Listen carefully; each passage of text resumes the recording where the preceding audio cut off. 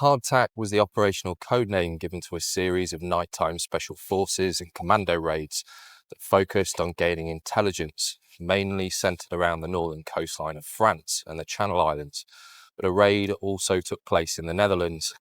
All but one of the raids were delivered by motor torpedo boats. The exception was one airborne raid. They were carried out by members of the Special Boat Service and numbers 10 and 12 Commando. The final approaches to the objectives were done using rowing boats to reduce noise and lower the chances of them being caught. These smaller craft were either modified canoes, known as cockles, collapsible Goatley rowing boats capable of carrying 10 men, or similar-sized dory fishing boats, the latter being the most common with Op Hardtack. The raids took place in November and December of 1943, but eventually they were terminated by Major General Laycock because they drew too much attention to Normandy, where the Allies intended to start the liberation of Europe. The raids on the Channel Islands did bring some positive attention, however, reinforcing Hitler's belief that the British may try to retake them, and further solidifying Hitler's somewhat pointless endeavour. Rommel had actually asked Hitler to evacuate the men from the Channel Islands to supplement the units in Normandy.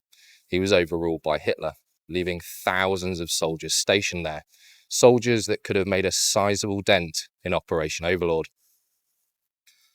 On the night of the 26th of December 1943, 10 men of No. 1 French Troop, No. 10 Commando, would land at the small seaside town of Le Havre, Quinéville, in the Manche region of Normandy, later Utah Beach. Quinéville, where they landed, was home to two resistance nests, WN18 and 19, both built around impressive pre-existing French forts. Although the village was small, it was home to a port on the Sinope River, giving it some strategic importance. WN18 was within the village itself and was home to the longest stretch of anti-tank wall in the entire Utah Beach area. Built into this wall were many machine gun openings and 2 gun casemates.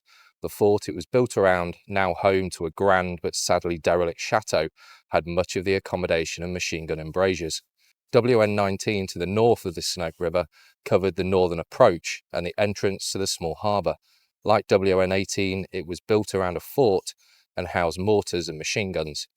In reality, the resistance nests were relatively lightly armed in terms of larger caliber guns, but their party trick involved a gun battery just behind the coast, and failing that, Crisbecq battery, a couple of miles away, was one of the biggest batteries in Normandy.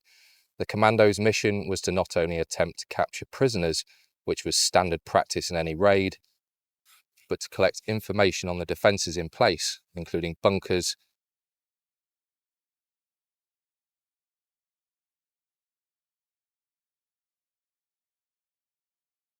minefields and obstacles.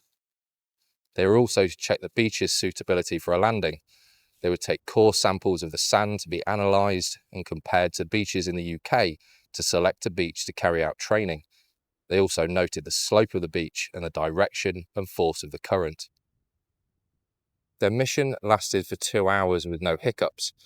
They were extremely lucky because 2 days before, a raid on the Netherlands resulted in the deaths of all involved. 9 raids were carried out, claiming the lives of 13 men.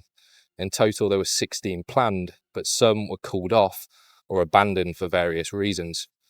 Many of the raids were borderline suicidal. They did, however, provide invaluable intelligence that helped Operation Overlord succeed, and avoiding a repeat of the disaster at Dieppe in 1942. If any commandos were captured by this time, they would have come under Hitler's commando order that was issued in October 1942, ordering the extermination of any commando or saboteur found in areas occupied by German forces, even if they were in uniform, meaning they couldn't be seen as a spy. The spy was not covered by the laws of armed conflict and could legally be executed. It also didn't matter if they were unarmed or if they had surrendered, 2 things that should also result in quarter being given. The order went on to state that it was strictly forbidden to hold them for any length of time in military custody, for example a POW camp.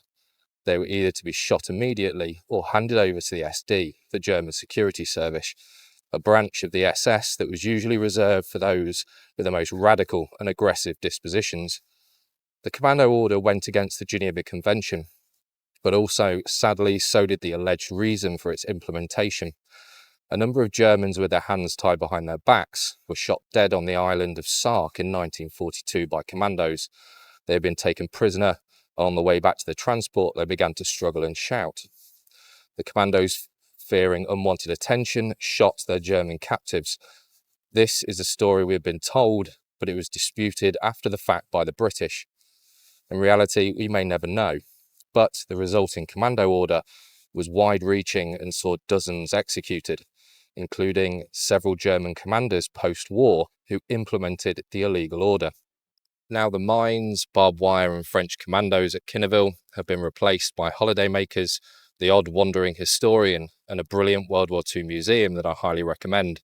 It is built around an original German casemate with the guns still in place and tells the story of the town, the occupation, and its eventual liberation by the Allies.